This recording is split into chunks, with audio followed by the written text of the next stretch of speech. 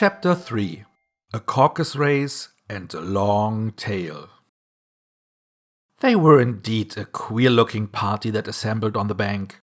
The birds with draggled feathers, the animals with their fur clinging close to them, and all dripping wet, cross and uncomfortable. The first question, of course, was how to get dry again. They had a consultation about this, and after a few minutes it seemed quite natural to Alice to find herself talking familiarly with them as if she had known them all her life. Indeed, she had quite a long argument with a lorry, who at last turned sulky and would only say, "I am older than you and must know better." And this Alice would not allow without knowing how old it was. And as the lorry positively refused to tell its age, there was no more to be said. At last, the mouse, who seemed to be a person of some authority among them, called out, "Sit down, all of you, and listen to me. I'll soon make you dry enough." They all sat down at once, in a large ring, with the mouse in the middle. Alice kept her eyes anxiously fixed on it, for she felt sure she would catch a bad cold if she did not get dry very soon. Said the mouse with an important air. "Are you all ready? This is the driest thing I know. Silence all round, if you please. William the Conqueror, whose cause was favored by the Pope, was soon submitted to by the English, who wanted leaders and had been of late much accustomed to usurpation and conquest. Edwin and Morcar, the Earls of Mercia and Northumbria—" said the lorry with a shiver. "I beg your pardon," said the mouse, frowning but very politely. "Did you speak?" "Not I," said the lorry hastily. "I thought you did," said the mouse. "I proceed.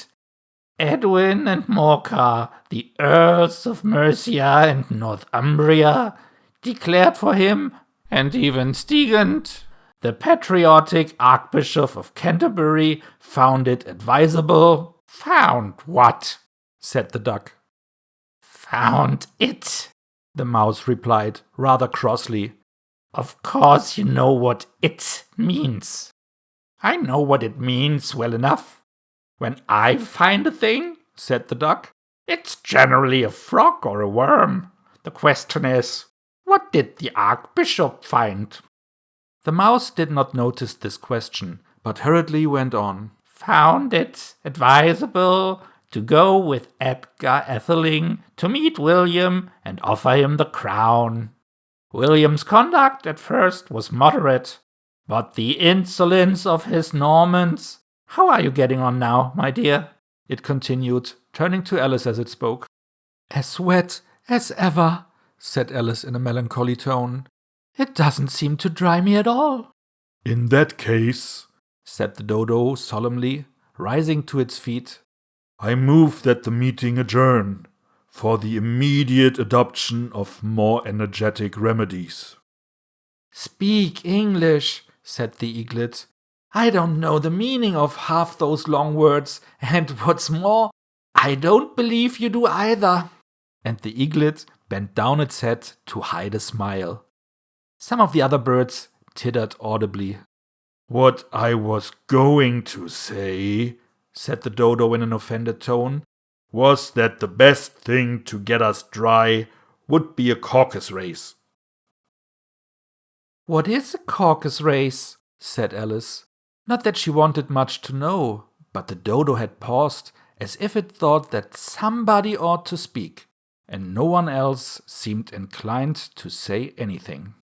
"Why," said the dodo, "the best way to explain it is to do it. And as you might like to try the thing yourself, some winter day, I will tell you how the dodo managed it. First, it marked out a race course, in a sort of circle. The exact shape doesn't matter," it said. And then all the party were placed along the course, here and there.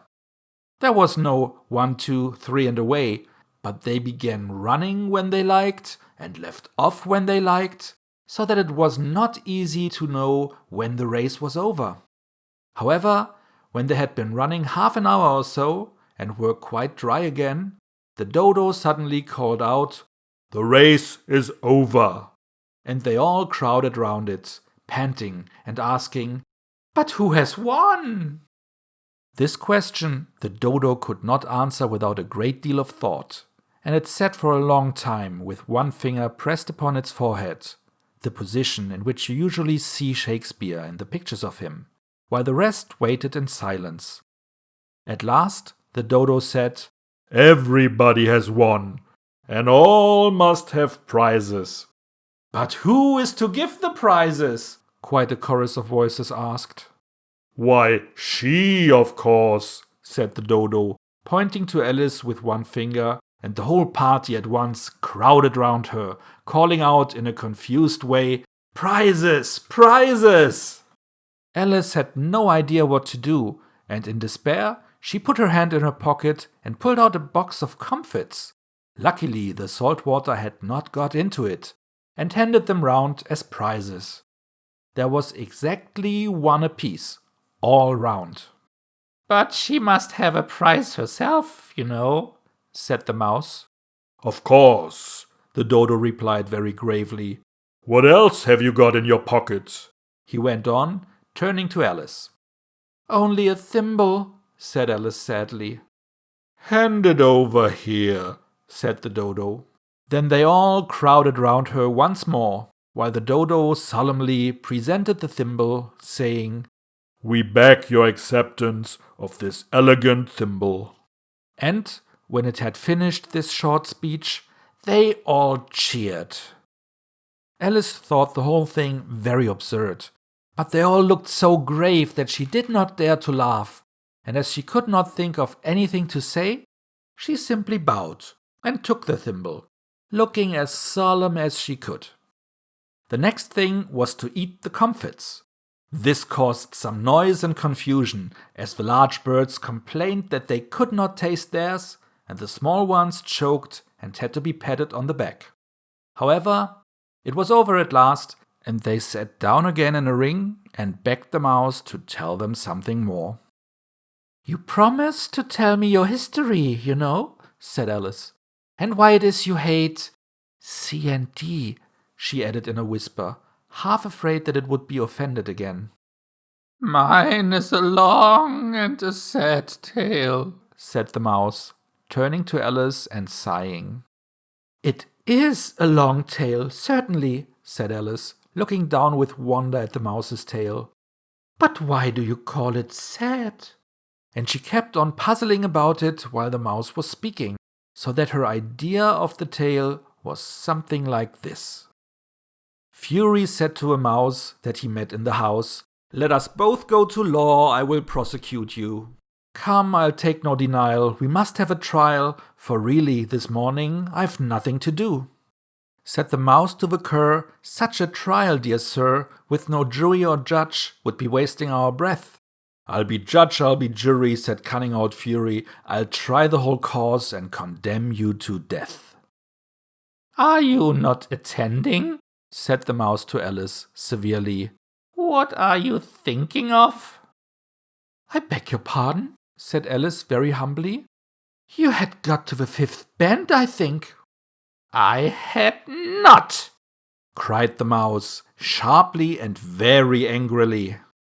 "Not?" said Alice, always ready to make herself useful and looking anxiously about her. "Oh, do let me help to undo it." "I shall do nothing of the sort," said the mouse, getting up and walking away. "You insult me by talking such nonsense." "I didn't mean it," pleaded poor Alice. "But you're so easily offended, you know." The mouse only growled in reply.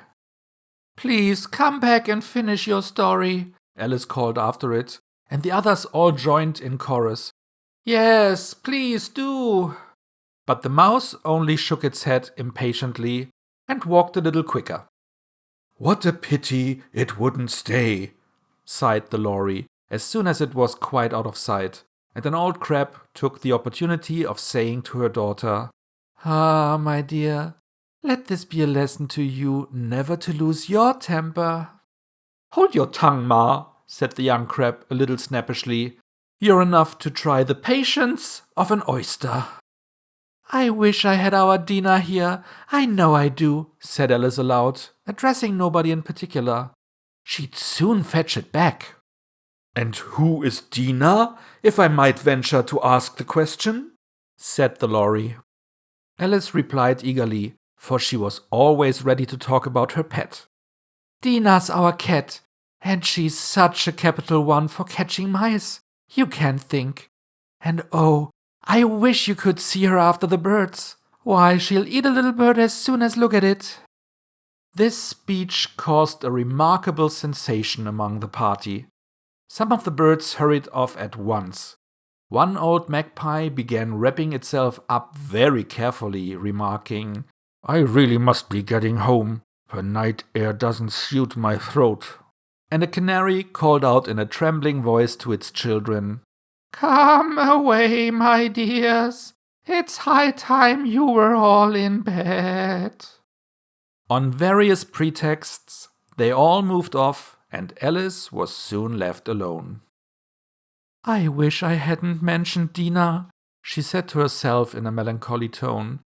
Nobody seems to like her down here, and I'm sure she's the best cat in the world. Oh, my dear Dinah, I wonder if I shall ever see you any more. And here poor Alice began to cry again, for she felt very lonely and low-spirited. In a little while, however, she again heard a little pattering of footsteps in the distance, and she looked up eagerly, half hoping that the mouse had changed his mind and was coming back to finish his story.